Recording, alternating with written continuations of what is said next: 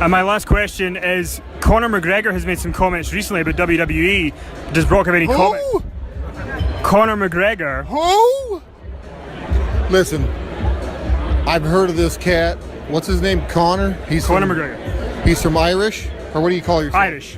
Yeah, he's from Ireland, right? And he weighs like 145 pounds, right? That's what my left leg weighs, all right? If Conor McGregor has the balls to stand in front of me and say what he wants to say, then I, myself personally, will address the issue. But if Conor wants to say something outside of the box, I don't give a shit what he says, okay? And lastly, Goldberg is the other cover star in this game, and he's kind of almost been angling for a match with Brock Lesnar. Everybody angles for a match with Brock Lesnar. They know that's where the box office is. Everybody mentions my name to get their lines on the internet. That's all they got to do is mention my name, and it's out there. That's what they figured that out, because I'm what? Brock Lesnar is the beast. Brock Lesnar is the conqueror. Brock Lesnar is the single biggest box office attraction in sports entertainment and or mixed martial arts. Sorry, Conor McGregor, I got paid for that last fight more than you got paid for all your fights for 2016. And with that, this has been Brock Lesnar. Is it true that you flew to Texas to get chicken? To buy some chicken? Is that a true story? No, there's a place in my hometown, Crumlin, Dublin, Ireland. It's called Texas Fried Chicken. Okay. And the place that we were in on holiday, it looked like that place. Okay. So we stood outside, took a picture, and that's what that was. It wasn't actually in Texas, but there's a place in Dublin called Texas Fried Chicken. That's the rumor that's out there. It's not a good place, though. They play football with the chicken. Oh my God. It's still delicious. Hey man, so now you got the boxing license now. Are you gonna fight Floyd? Floyd? We'll see you couldn't get Floyd. What's Floyd gonna do? We're looking for anyone. Well, he's been talking all this. I'm the one with the numbers. We're looking for anyone. Well, he's talking all this smack about you. Into this mutant ninja to That's what's up, man. You're the man. Tell him come here and talk. Exactly. Where's your? My money's on you. Where's your car? Here.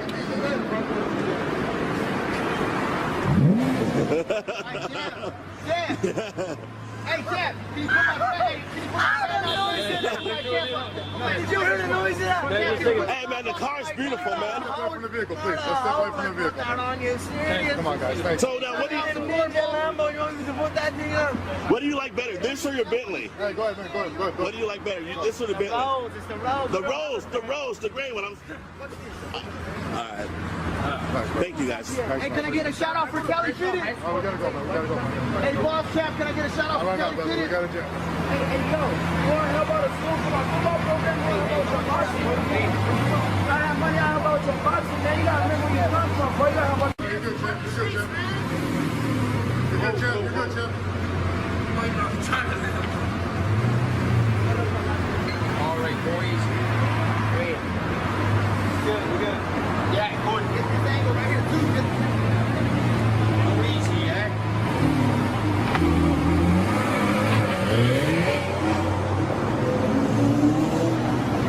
I'm enjoying the fruits of my hard work. Nobody works harder than me inside the octagon, outside the octagon. I am a workhorse, so I'm going to enjoy the benefits of this life. I'm going to get myself a big mansion in Las Vegas. I'm going to get the soft top cars. I'm going to bring my whole team out. I'm going to spoil them and give them this life.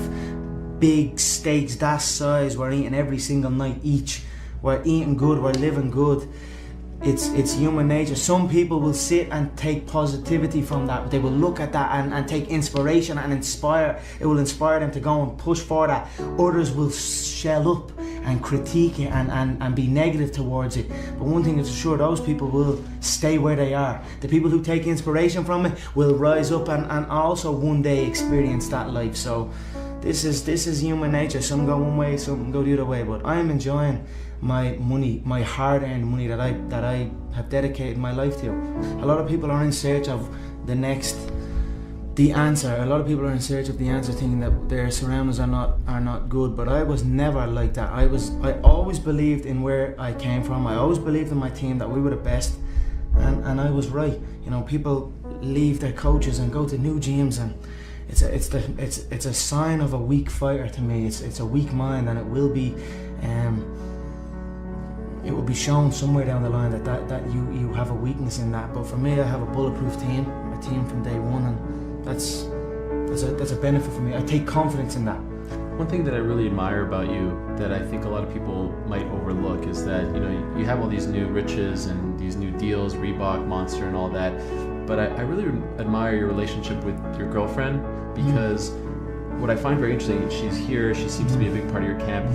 You flaunt your wealth and all that, and you should be proud of it. But someone who's of your stature, a young guy, you can have whatever you want, right? The world is at your fingertips. And someone in your position might have a girlfriend of many years, but they might keep that quiet because you want to portray a certain image. You flaunt your relationship with your girlfriend to the world as well, tweets and stuff. It seems like you're a very happy man. I think that's, in this day and age, you don't see that. Do you get what I'm trying to say? I think it's the juxtaposition there of a guy who is very loyal to someone who's been with him since before all this came, and all the newfound riches together makes for a very interesting person. That's a good. Security, yo, security, come on. Please, gentlemen, please. Go ahead,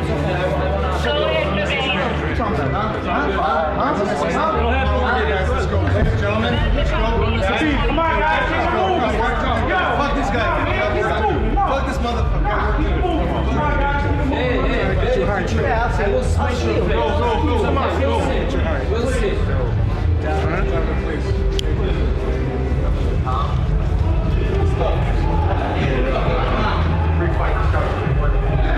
We'll see. Yeah, we will see.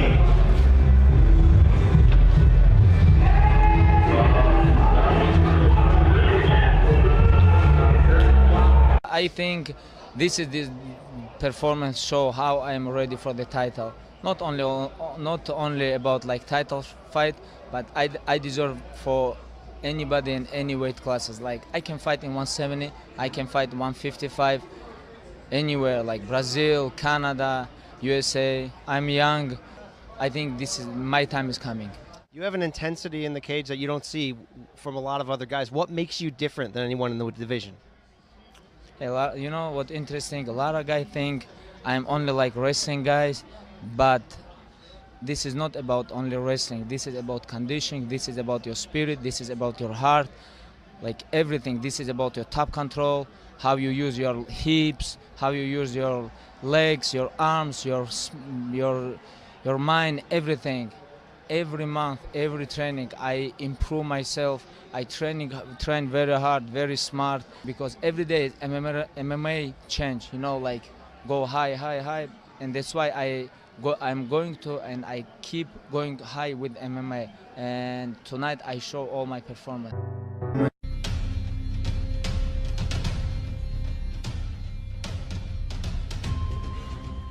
There's no talent here. This is hard work. This is an obsession. Talent does not exist. We are all equals as human beings. You could be anyone. If you put in the time, you will reach the top, and that's that. So I am not talented, I am obsessed.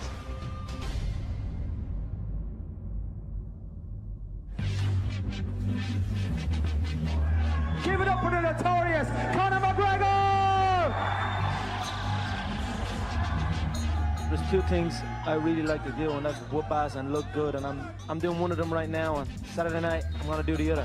I'm gonna wipe out everyone in this division. I said that, and I will do it. He's a little short-ass twerp, and I look forward to punching a hole in his face. I'm gonna hand him my spit bucket. Tell him to go back and spit shine that belt and bring it back here. They're ready for me to take it. I'm sitting up here with my feet on the desk. What's anyone up there gonna do about it? Not one of you are gonna do anything about it.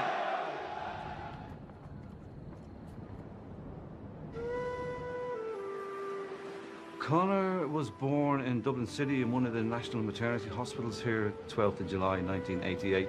Midwife turned to my wife and said, this guy is going to be a boxer, because he came out of the womb with his fists clenched. So he was destined to be a fighter, I think. I had many fights growing up, as most young boys do from where I'm from and around this area. Get into fights. I won some and I lost some. When he went boxing, I remember he turned to us and says, "Why didn't you put me in boxing earlier?" He knew that was for him. Conor first stepped into my gym when he was about 16. Conor did stand out early on, and in that he could hit hard, and he also had let's call it a gregarious personality.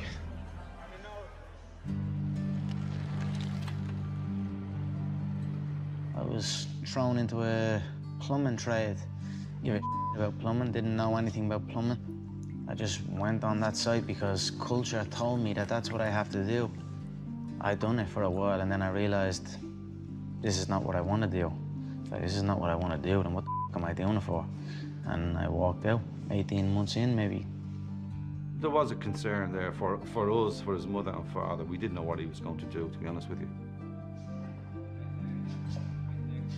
Early on, obviously didn't know what it was. I couldn't look to my mother and say, hey, this Irish man done it.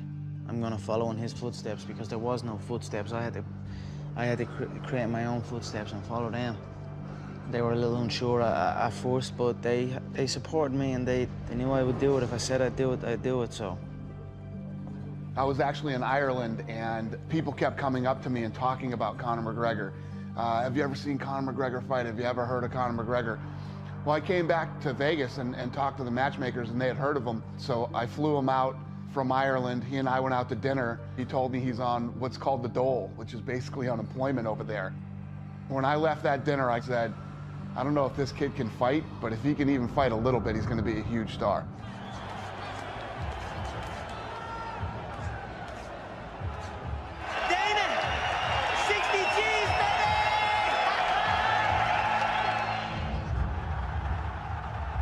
There's only 9,000 people that can get into that arena in Dublin, and it sounds like there's 90,000. It was a phenomenal night for the sport in our country, and it sent it into the stratosphere over here. We're not here just to take part, we're here to take over. He wasn't in the UFC to make up numbers. He wasn't there to be a token Irish guy. He was there to take over, and that's what happened over the last 12, 24 months. The numbers don't lie. No pipe did hub, no battle drum did sound its red tattoo,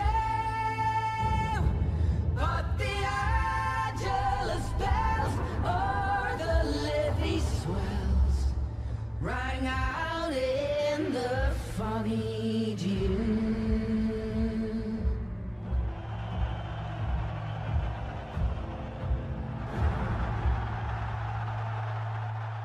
When Conor won the interim title and he beat Chad Mendes, I think it boosted the confidence of European fighters that they can compete at this level.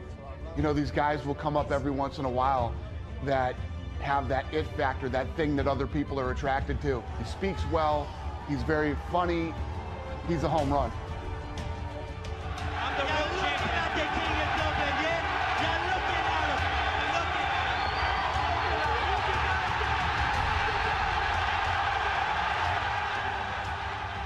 This next fight is done and dusted. It's over. It's been over since January of this year. Aldo is a busted flush at this moment, okay? He's finished. After the Dennis Sieber fight in Boston, remember when Conor jumped the ring?